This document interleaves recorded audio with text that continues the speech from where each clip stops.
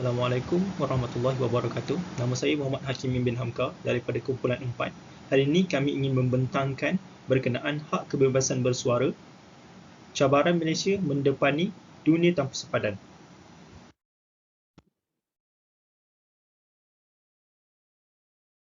Ini adalah ahli kumpulan kami.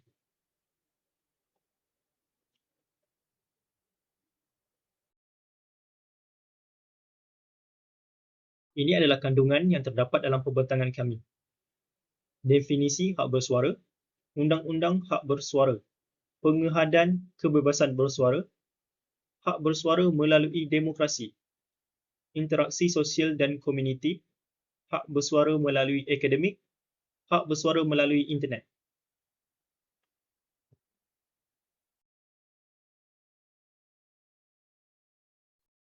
Apakah itu hak bersuara? Hak bersuara ialah kebebasan menyatakan pandangan maupun pemikiran berkaitan realiti sejarah sosial dan politik tanpa batas atau penapisan mengenai apa yang ingin diperkatakan. Maafkan saya. Kebebasan bersuara diaplikasikan untuk tidak kira kaum atau pangkat dan juga hak untuk seseorang menyampaikan pandangan atau idea. Medium penyampaian untuk kita bersuara ialah kita boleh menyuarakan pendapat kita melalui lisan, tulisan, slogan, lakonan dan ekspresi.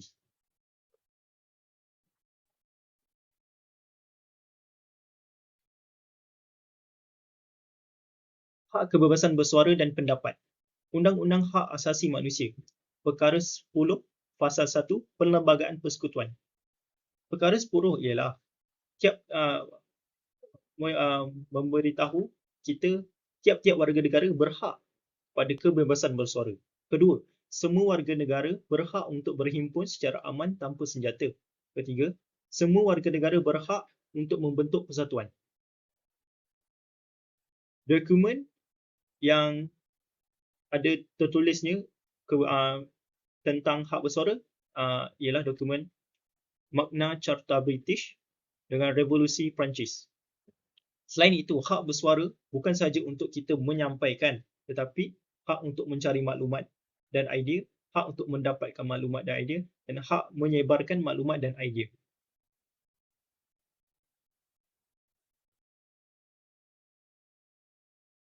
Kebaikan dan keburukan hak bersuara. Kebaikan hak bersuara ialah pendapat yang disuarakan melalui media sosial mendapat sambutan daripada para pengguna media sosial. Maksudnya, apabila kita menyampaikan pendapat kita melalui media sosial, ia lebih mudah tersebar daripada kita menyampaikan daripada risalah atau penyampaian secara verbal atau bersemuka.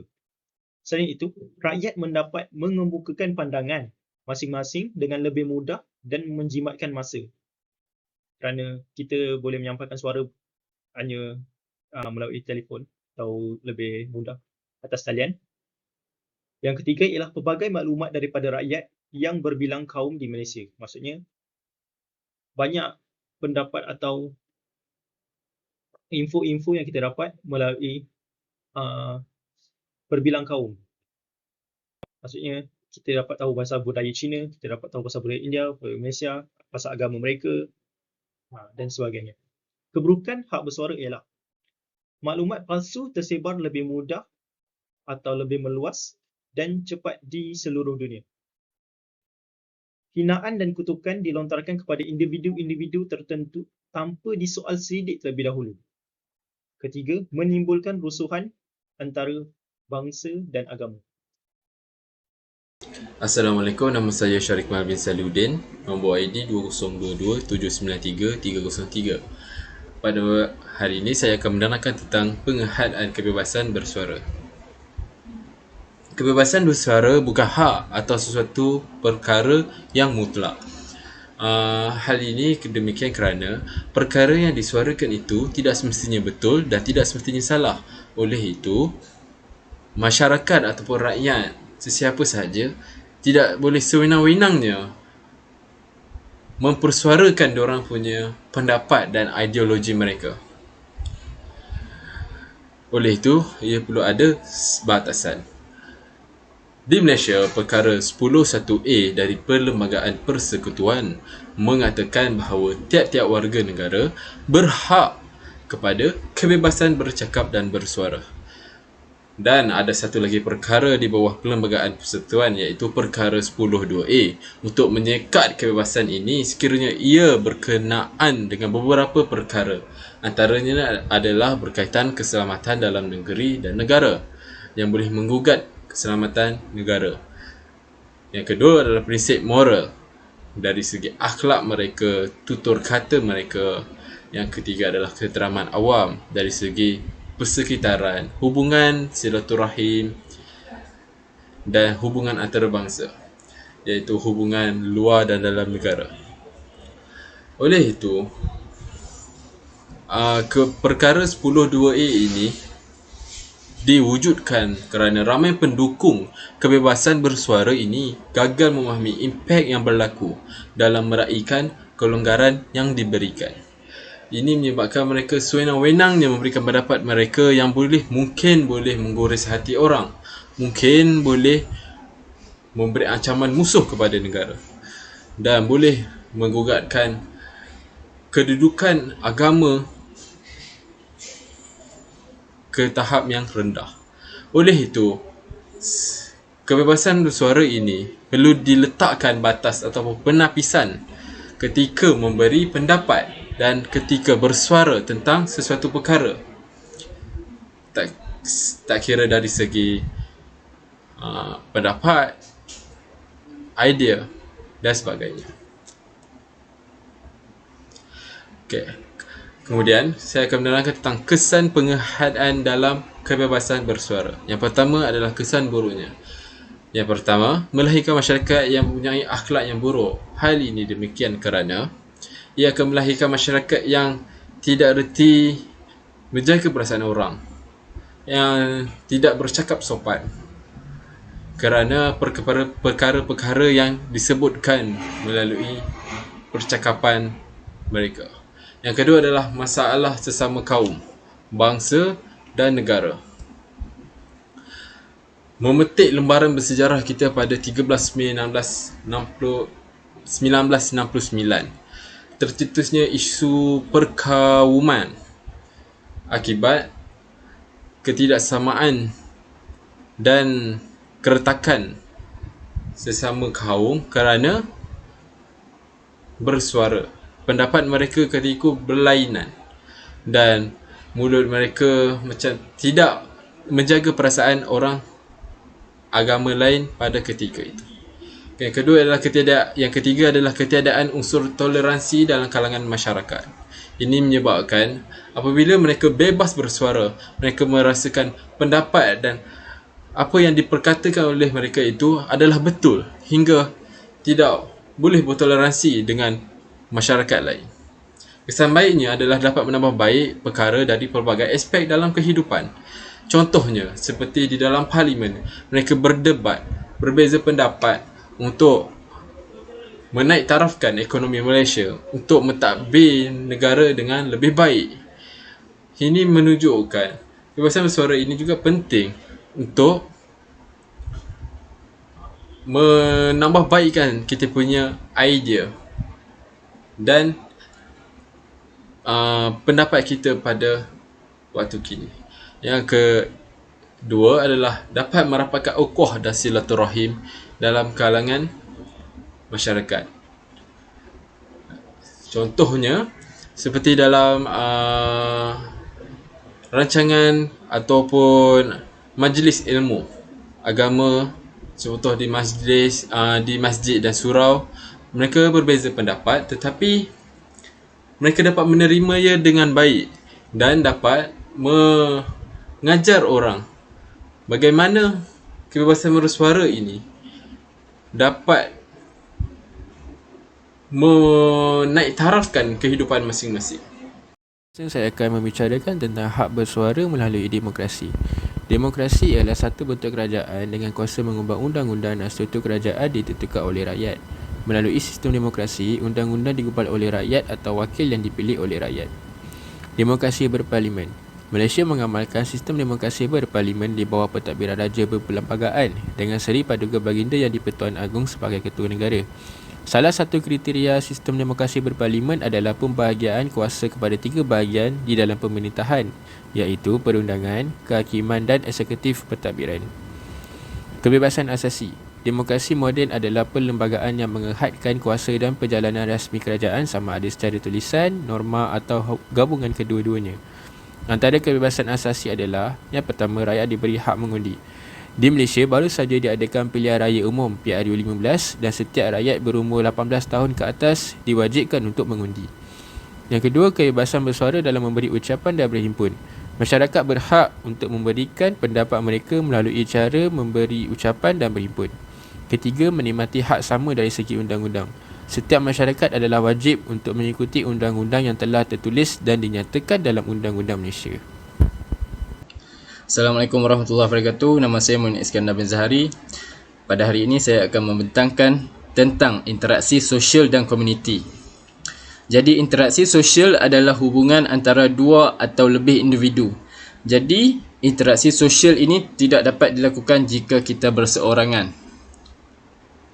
Interaksi sosial juga semakin berubah mengikut peredaran zaman. Sebagaimana ayah dan tok nenek kita dahulu kala, mereka jika ingin bersosial mestilah pergi ke rumah. Tetapi tidak pada zaman sekarang. Kita hanya bersosial menggunakan WhatsApp, Telegram dan platform-platform yang lain. Jadi rakyat Malaysia perlulah memanfaatkan platform-platform yang dicipta canggih untuk bersuara dengan sebaiknya. Platform-platform WhatsApp, Telegram, YouTube haruslah digunakan untuk menyuarakan perkara yang benar dan bukanlah menjadi platform untuk kita menyuarakan benda-benda yang tidak betul, seperti fitnah, seperti dakwaan palsu, seperti membuka aib dan sebagainya. Dan komuniti pula ialah, komuniti ini terbentuk daripada hubungan sosial antara individu yang saling mempengaruhi dalam persekitaran sosial. Jadi komuniti ini akan terbentuk jika seseorang itu bersosial. Ya. Dan sesebuah komuniti hanya boleh terbentuk sekiranya terdapat interaksi sosial yang positif atau negatif berdasarkan tingkah laku dan tindakan individu tersebut. Contohnya, jikalau kita berada di suatu taman dan setiap individu di taman tersebut, setiap rumah di taman tersebut menunjukkan sifat yang dengki, yang iri hati. Jadi komuniti di kawasan taman tersebut amatlah negatif. Jadi kita sebagai rakyat Malaysia perlulah mencipta ataupun mewujudkan komuniti yang sihat dengan menyebarkan benda-benda yang bermanfaat dan menyuarakan benda yang betul. Komuniti yang sihat akan membangunkan negara yang maju dan dari pelbagai sudut. Jadi ini juga akan membantu negara kita maju. Okey, seterusnya saya akan membentangkan tentang kesan interaksi sosial dalam komuniti.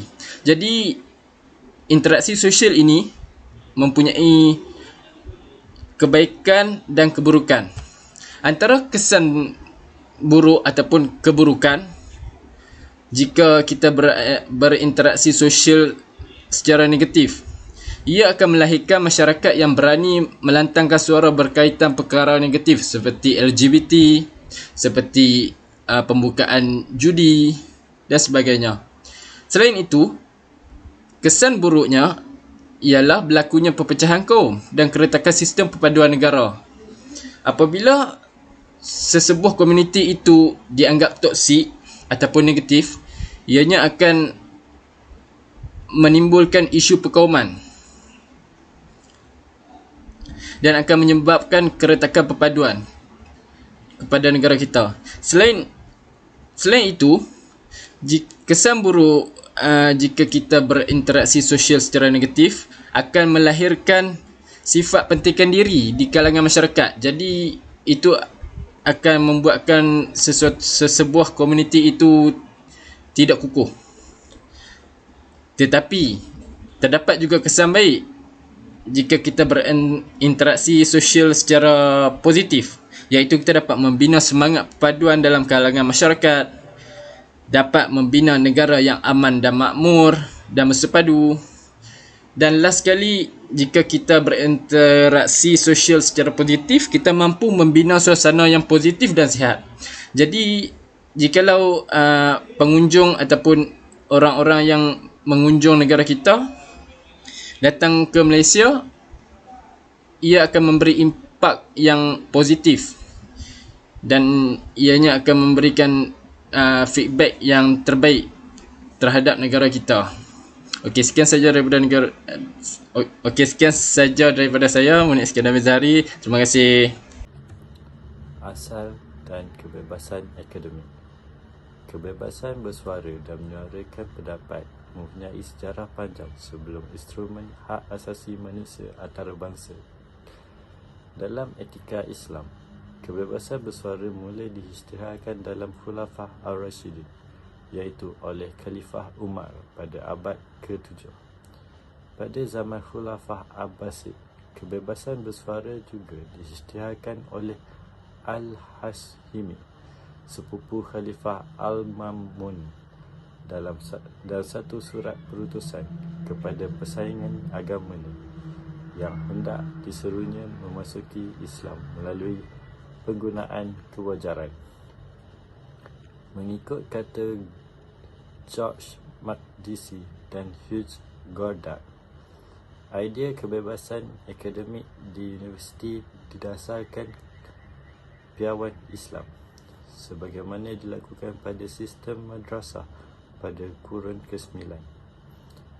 Pengaruh Islam semestinya jelas pada asas universiti yang dirancang di Eropah, iaitu Universiti Naples Federico II yang diasaskan oleh Maharaja Rom Suci Frederick II pada tahun 1224.